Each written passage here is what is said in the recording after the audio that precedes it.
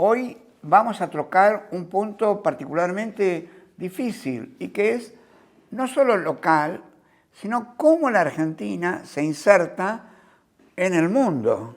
Y eso también tiene que ver para la reconstrucción. A partir de la globalización ya no hay tanta diferencia entre la esfera nacional, la esfera regional y la esfera global. ¿No te parece? Sí, sí, sí. Efectivamente, la globalización está en todos lados, no solo en las empresas transnacionales. En muchos de los convenios, acuerdos que vota Argentina, que son cada vez más de libre comercio, está obviamente la integración regional con el Mercosur.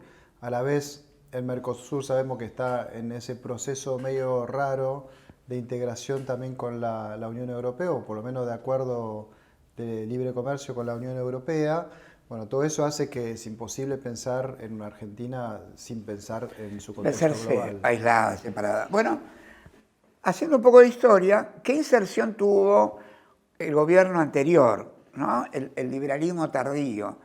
Bueno, el liberalismo tardío pensó en una inserción de apertura total de los mercados, de que llovería por confianza las inversiones y que generaría una prosperidad general. Eso no fue así, en realidad. Llovieron inversiones especulativas que después se fueron y llevaron al endeudamiento, a la timba financiera, y nos insertamos al mundo. Se criticaba la Argentina cerrada al mundo, ideológica, y en realidad nos insertamos ideológicamente en la agenda de Trump norteamericana, que pensaba América Latina como el patio trasero de Estados Unidos. Es decir, no hay autonomía, hay alineamiento estricto con la agenda norteamericana y por lo tanto sus enemigos son nuestros enemigos. De esta manera perdimos soberanía financiera, la apertura de la cuenta capital, perdimos soberanía productiva y también geopolítica, ¿no? En el sentido de que los acuerdos que tuvo medio en secreto Macri con las Malvinas, el Reino Unido, hicieron perder aún más soberanía sobre el tema de la extracción de petróleo y privilegios que aumentaron para la Gran Bretaña en las Malvinas. Ahora bien, ¿cuál es la situación actual nuestra y de la región en un contexto muy turbulento y muy conflictivo, ¿no? Como podríamos decir que América Latina está en disputa, en dos sentidos. Disputa de una posible guerra fría entre Estados Unidos y China, ¿no? Estados Unidos no quiere saber nada de que los chinos comercien, inviertan con América Latina. Y a su vez los chinos ya están demandando muchos productos primarios e invirtiendo y generando infraestructura. Entonces, ahí hay un conflicto. Y el otro conflicto es que hay como dos coaliciones en pugna muy fuertes, políticas, entre una América Latina insumisa, por llamarlo así, de los movimientos populares que protestan, salen a las calles porque saben que el neoliberalismo ya no tiene nada para darles, ¿no? El caso Chile, el caso Ecuador, fue el caso Colombia, Brasil. Y por otro lado, una coalición de derecha que cada vez se vuelve más de derecha, intentando mostrar nuevos fantasmas como el comunismo, como el autoritarismo digital, o totalitarismo chino, etc. De manera tal de que estamos como en una situación muy tensa y muy conflictiva. Entonces, en ese sentido nos preguntamos qué hacer, y acá tenemos alguna serie de preguntas, reflexiones que podemos compartir, ¿no? Un problema, me parece, es que América Latina, y primero hablamos de América Latina, después hablamos, es que está fragmentada, no se presenta en el mundo como región, se presentan como países separados. Vos hablas de la Unión Europea y hablas de todos los países de la Unión Europea. Hablas de China y hablas de una civilización más que de un país. La India lo mismo, son estados, continentes, federaciones de naciones, y acá no tenemos una sola voz. Y es importante, como diría Alicia Bárcena de la CELAC, construir una voz para América Latina, tal vez sea la CELAC el punto institucional en donde estuviera representado toda la región, que a su vez está conectado con la articulación con China. Sí, me parece importante eso porque sí. la Unión Europea de por sí, cuando se empezó con la idea, la Comunidad Europea en su momento, la Comunidad Económica Europea, la idea también era que se venían los grandes bloques, Claro. los grandes países de Estados Unidos, la Unión Soviética en su momento, y que Europa, para hacer contrapeso, tenía que unirse, ¿no? Un poco la idea de la Comunidad Económica Europea en su momento Sí. era eso. Bueno, obviamente, como decís, hoy habla como una sola voz y eso fue efectivamente el mayor éxito de la Unión Europea, es ese. Fue eso, exactamente. Después, el otro aspecto que nos parece importante es como despolarizar, desideologizar este intento de Occidente desarrollado y particularmente de Estados Unidos de volver a plantear una suerte de guerra fría como fue con la Unión Soviética. Porque eso te polariza, o estás de este lado o estás del otro lado. Si negociás con China, sos un enemigo nuestro, ¿no? Y te aplicamos sanciones. Sobre todo yo creo que no tiene mucho gollete porque la Unión Soviética y Estados Unidos no tenían relaciones económicas. No. Hoy por hoy, China y Estados Unidos sabemos que son primos, digamos, ¿no? Sí. Las cadenas Pero globales de valor. desavenidos. Claro, sí, obviamente.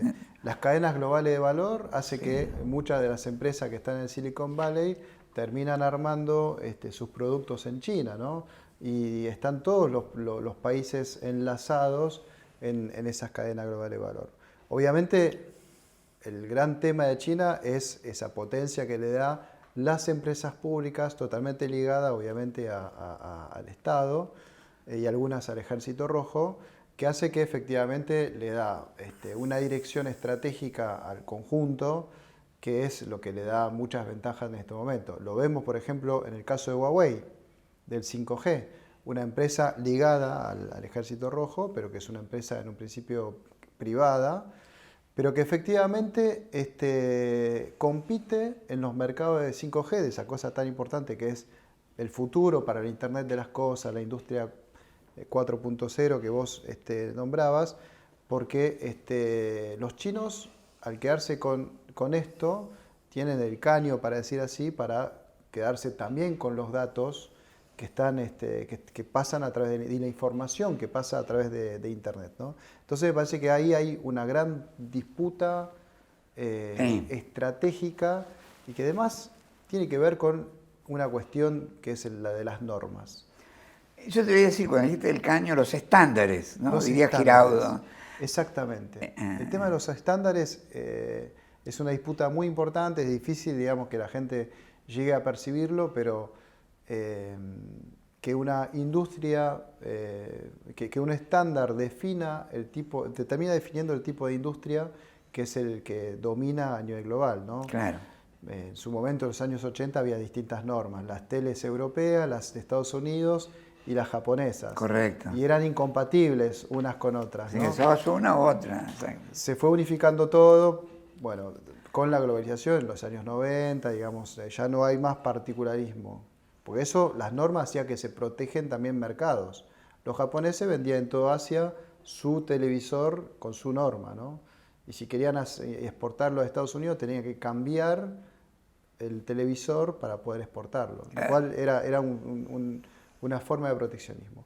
Bueno, vamos a volver evidentemente a ese tipo de conflictos que son muy importantes en términos... Sí, probablemente el conflicto estándar es pero no hay que ideologizar como que efectivamente Occidente hay un intento de recuperar el liderazgo de Estados Unidos en la lucha contra la perversidad china porque son autocracias elegidas o totalitarismo, una nueva visión de destino manifiesto y de lucha por los derechos humanos, etc. Mientras que nosotros podemos ser un poco más pragmáticos, vamos a negociar con todos, nosotros no compramos este conflicto.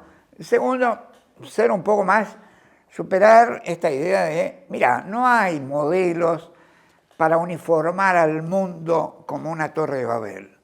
Ustedes los norteamericanos quieren que todo el mundo se parezca a ustedes y no tiene que ser así, ni va a ser así.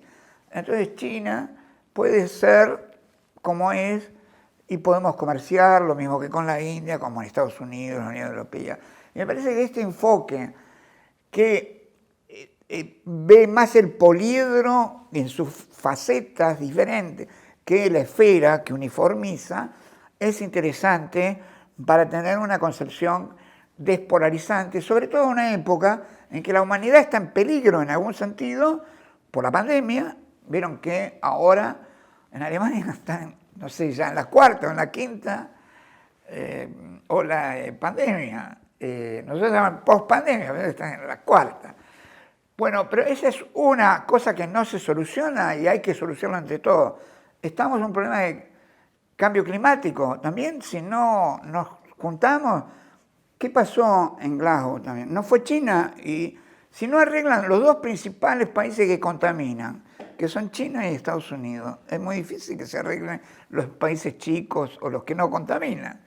Entonces, me parece que el cambio climático, la nueva arquitectura financiera internacional, es decir, si a todos los gobiernos democráticos les preocupa que las multinacionales sigan ganando de la forma que ganan sin ningún tipo de impuestos. Voy a dar un ejemplo, te lo dije el otro día. Danone puede ganar $1.000 millones en Brasil, pero se lo lleva a Bermudas o a las Islas Caimán.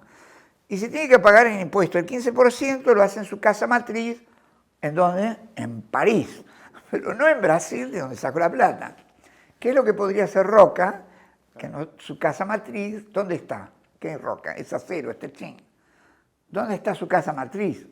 En Luxemburgo. Él pagaría ese 15%.